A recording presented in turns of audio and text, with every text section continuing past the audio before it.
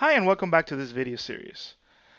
We've been talking about how to secure the Amazon AWS account. We've been able to eliminate the sharing of the account, protecting the password, limiting access to the corporate network, limiting access to those that only need access with approvals, activating multi-factor.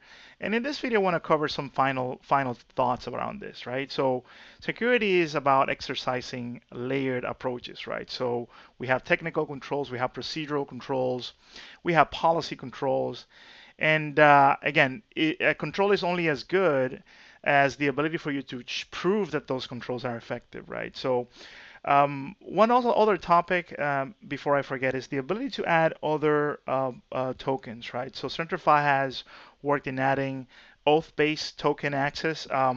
It is as simple as activating a policy, right? So from the administrator perspective, a policy needs to be activated, and a corresponding uh, authentication profile has to be enabled with the ability to add OATH OTP, right? So the idea is that organizations may already have tokens like Google Authenticator, like YubiKey that are OATH enabled, and they want to use kind of like bring your own MFA, right? So Centrify has added the ability for users to add those tokens themselves. So it's kind of pretty neat because it's kind of like a token wallet, right? So you would go here to the account menu and passcodes, you would add your own.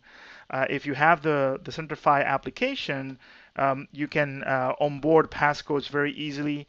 You just go to passcodes, and all you need to do is either scan a QR code or simply add the string that is going to validate that. So that brings a lot of flexibility and kind of makes it like your own MFA wallet as well. The other conversation that I wanted to have is how do you prove if you are challenged by an auditor? Is the questions are how do you prove who has access to this app? How do you prove who's been modifying this app? And Cloud Manager does provide those capabilities out of the box. So for example, if somebody were to ask me, how can you prove who published this application, right? So I can basically go to the app and go to the change log and notice that all is going to be traceable. Other things could be, for example, you can generate a report of this doing app changes, right? So these are the changes that I've been doing in the past few 30 days.